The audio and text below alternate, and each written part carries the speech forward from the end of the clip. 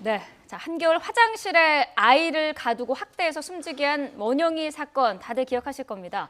법원이 원영이 계모에게 징역 20년을 선고를 했는데요. 판결이 난 지 단 하루 만에 계모가 이에 불복한다면서 항소를 했습니다.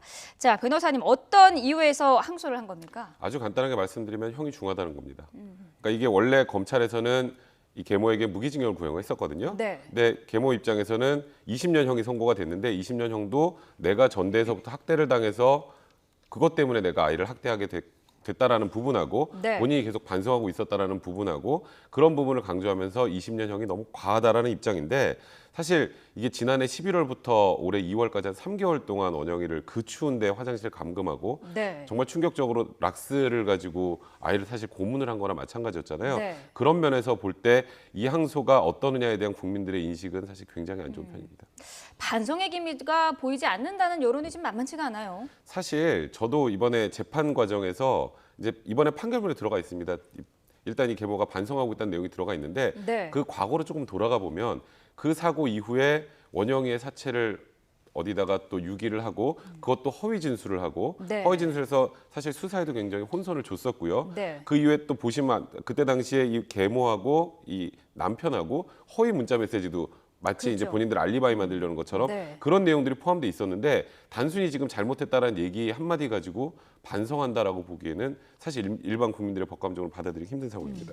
또 일각에서는 항소라는 거는 뭐 누구에게나 주어진 권한이다 이런 얘기도 네. 있고요. 네. 그러니까 사실 뭐 1심 판결 선고가 나면 그거에 대해서 항소하는 것은 재판에 들어가 있는 피고인들에게 모두에게 다 인정된 권리니까 네. 항소 자체를 뭐 누군가 뭐라고 할 수 있는 상황은 아니지만 네. 이 부분은 순수하게 이제 국민 법감정으로 바라볼 때 지금 1심에서 검찰에서 무기징역을 구형하고 검찰에선 사실 20년형이 선고된 거에 굉장히 분통을 터뜨린 상황입니다. 네. 이 정도 상황에서 징역 20년이 나오면 앞으로 아동학대 관련해서는 법이 방치하겠다는 소리냐라는 정도로 검찰이 강력히 비난하고 있는 가운데 형이 과하다고 항소를 하다 보니까 네. 이 부분에 대한 비난이 있는 거죠. 사실 말씀하셨던 것처럼 항소하는 거야 본인의 자유이긴 합니다만 지금 재판 판결 결과 나오고 바로 다음 날 항소를 한다는 것 자체가 이 사람은 본인의 혐의, 본인의 죄, 본인의 어느 정도 형량을 납득하지 못하는구나. 결국 반성을 안 하는구나라고 보일 수밖에 없는 것 같습니다. 네.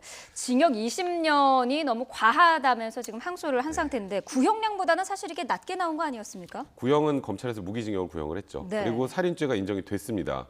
그러니까 이번 사건 같은 경우에는 통상의 사건들하고 좀 다른데요.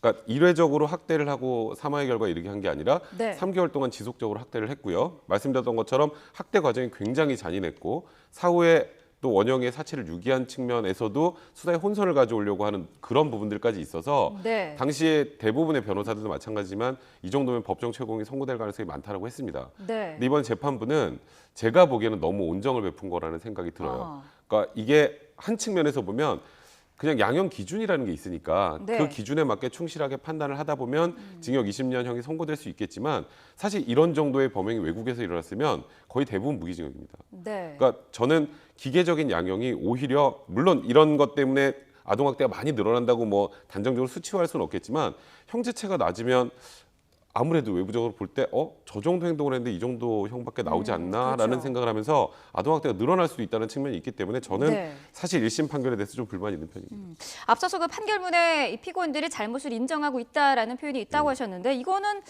어떤 면에서 이런 거를 느낄 수가 있었을까요? 저희는 이해가 잘 안 되는 상황인데. 그러니까 일단 보통 반성한다라는 거는 네. 그 사람 머릿속으로 들어가 보지 않으면 진짜 반성하는지 그렇죠. 반성하고 있지 않은지 알 수가 없잖아요. 네. 대부분 형식적으로 판단할 수밖에 없습니다. 법정에서 피고인 진술을 할 때 본인이 깊이 반성한다는 취지의 얘기를 한다거나 그 전에 뭐 반성문을 제출했다거나 네. 이런 걸 가지고 반성하고 있다라는 취지의 판단을 하는데 이게 반성하고 있다라는 표현을 쓰는 이유는 감형을 위해서 반성하고 있다는 표현을 보통 쓰는 거예요. 네. 근데 말씀드렸던 것처럼 그간의 이 수사 과정 전반, 그 범행이 있었을 때 전 과정을 다 지켜보면 과연 이 계모하고 이 아버지가 이 상황에 대해서 지금 반성을 하고 있는 건지 수사 과정에서도 서로에 대한 뭐 안위만 좀 궁금해할 뿐이었지 네. 아이에 대해서는 사실 신경 쓰는 것 같은 그런 표현도 없었고 별로 뉘앙스도 없었단 말이에요. 네. 그런 점으로 볼 때는 재판부에서 그런 부분에 대한 판단을 좀 너무 기계적으로 한 게 아닌가라는 생각이 듭니다. 네. 자, 계모가 계속해서 주장을 했던 게 본인도 계모에게 어렸을 적에 학대를 당했기 때문에 대물림을 했다라는 거 아니겠습니까? 이게 근데 양형에 영향을 줄 만한 내용인가요? 어떻게 보세요? 약간 영향을 줄 수는 있는데요. 네. 아주 이렇게 쉽게 간단하게 얘기를 해보죠. 학대를 당했으면 내가 아이를 학대됩니까?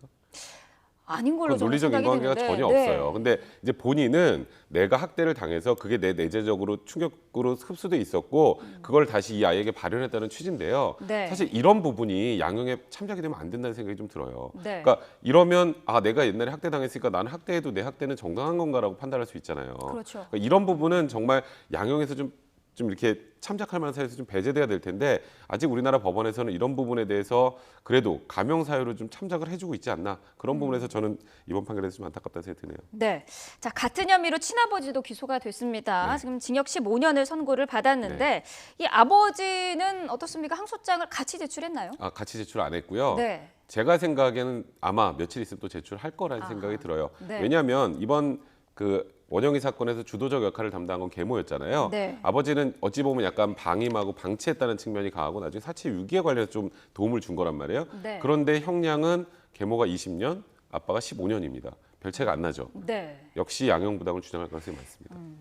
자, 김 씨의 항소 소식에 검찰의 입장도 좀 궁금한데 어떻습니까? 검찰은 사실 이 김 씨가 항소할지 안 할지 여부와 상관없이 내부적으로 항소할 방침을 밝혀놓은 상태였어요. 네. 이번에 구형량 무기징역에 비해서 20년이 너무 턱없이 부족하다는 입장이었기 때문에 네. 1심 판결에 대한 좀 불편한 심경도 드러냈었고요. 그러니까 이 지금 검찰의 항소가 받아들여질지 아니면 이 원영이 계모의 항소가 받아들여질지 이제 항소심 지켜봐야겠지만 네. 제 개인적인 생각으로 국민 법감정하고 최대한 그 형량이라는 게 어느 정도 똑같을 수는 없지만 그래도 국민들이 수긍할 정도의 형량은 나와야 된다는 생각이 들거든요. 그런 네. 면에서는 계모의 항소보다는 저는 검찰 항소가 좀 더 받아들일 가능성이 높지 않을까 개인적으로 생각이 듭니다. 네, 알겠습니다. 앞으로 상황을 좀 더 지켜봐야 할 것 같습니다. 백성문 변호사와 함께했습니다. 오늘 말씀 고맙습니다.